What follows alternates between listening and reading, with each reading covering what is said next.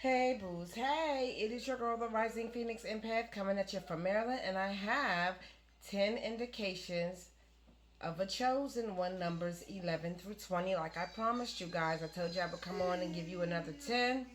And so here they are. Number 11.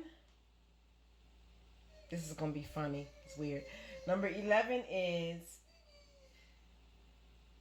chronically allergic to the environment, like chronic allergies. Okay? And I want you to understand why. It's a spiritual thing. It's a physical thing, sure, but it's a spiritual thing because, you know, everything is laced with toxicity. And it is our body's way of really acknowledging the toxicity around us and really trying to boost the immune system to, issue a fight or flight response to the pathogens, right? So if you have extreme allergies, okay, chronic allergies, I want you to know you could be a chosen one, right? All illnesses and all sicknesses start within the spirit. And of course, in today's world, in 2024, everything has been tainted. Everything has been tampered with. And there's nothing organic. There's hardly anything organic anymore. And so, we're allergic to a lot of things. We're allergic to some trees, to some grass, to some foods, shellfish. We just have chronic allergies, and in a lot of cases, also asthma. Okay? Number 12. You have esoteric knowledge that was not taught to you. You didn't go into a classroom to learn this stuff, but you just know it. And some of it is, being claircognizant, but some of it is just being in tune with the spirit realm and understanding spiritual law. Excuse me. I guess an example of that could be me never being taught what the rules of the spirit realm, what the rules are. But just certain things I know. I know that to be drunk with wine and to be high with drugs, to constantly do that, when you do those things, you are breaching spirit realm. And I know that, there are laws to that. You just can't show up unannounced. Right? There are laws to that, and there are rules. And I just knew the rules. I don't know how I know the rules. I just do.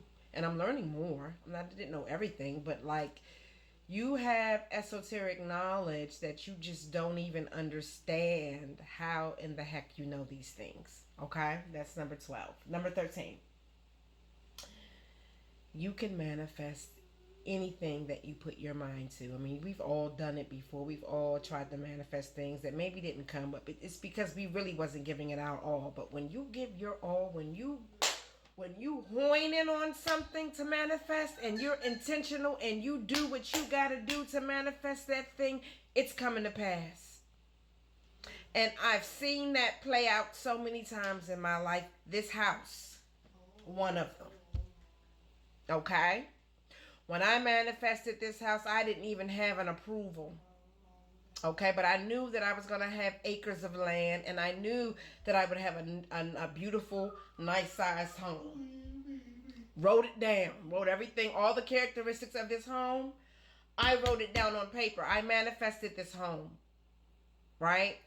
And a lot of times when we hone in on something, when we focus and when we use our intention, and when it is with goodwill and good intention and for the harm of nobody else, we can manifest anything we want.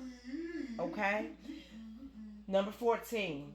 You are a high say doer. What does that mean? A high say doer. You know who that is. A high say doer is somebody who they do what they say and they say what they do. Okay, their word is born, right? I'm not saying that sometimes things don't get in the way of them fulfilling promises and fulfilling things that they were supposed to do. But if that happens, they're on the phone, they're communicating with you, they're letting you know, they're doing everything in their power to let you know ahead of time why something is not going to get done if it doesn't get done. And that's on a rare occasion. But typically, we are high say doers. If we commit to something, we're going to stick it through. Right? That's an integrity thing. Okay? Number 15. We talked about gifts in my first video. You have beautiful gifts. But number 15, you also have the gift of long suffering. Okay? The anointing comes with the cost. We've heard this before. And I didn't include that with the other gifts because the gift of long suffering typically is not considered a beautiful gift. As a matter of fact, it's a gift nobody wants. Right? But I want you to understand that long suffering does not mean that you suffer constantly 24/7 all the time. But we do have seasons where we go through really deep, profound things, and we do have circumstances beyond our control that grieve us to a degree. And we have learned to live and operate in that thing with so much grace and love that people are trying to figure out how it is we do what we do. We have the gift of long suffering, okay? And again, we don't suffer all the time, but we are masters at being able to get through really, really, really tough seasons in life. Okay? Number 16. In a season of life, all of your closest friends will be no more. In a year's time, in a 5-year time, you will be able to look back and see how all of your closest friends are no longer in your life, and it's nothing that you did. And most often the case, there was no argument that took place. There was no maliciousness on your part.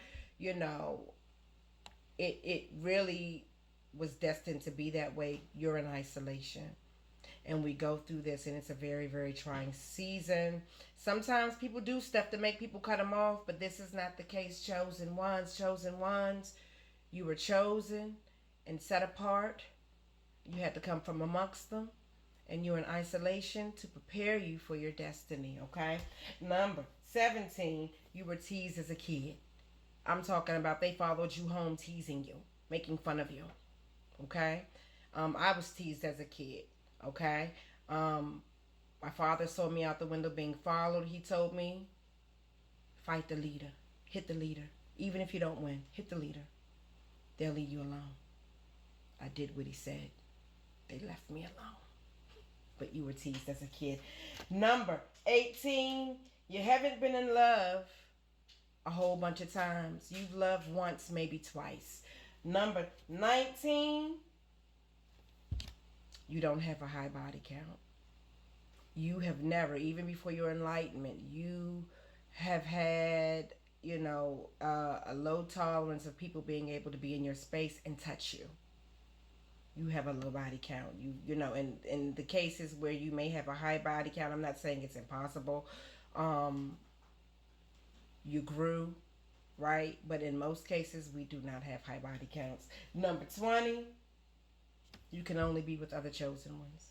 And this is why you're in isolation, because nobody can match your vibration. And so God will, send your tribe to you. But these are the 10 indications that you're a chosen one. That last one, number 20, you can only intermingle really with other chosen ones, but you'll be called to help and bless everybody. It's just important that we know the difference. I hope this was helpful. Until next time, chosen ones. I love you. Bye-bye.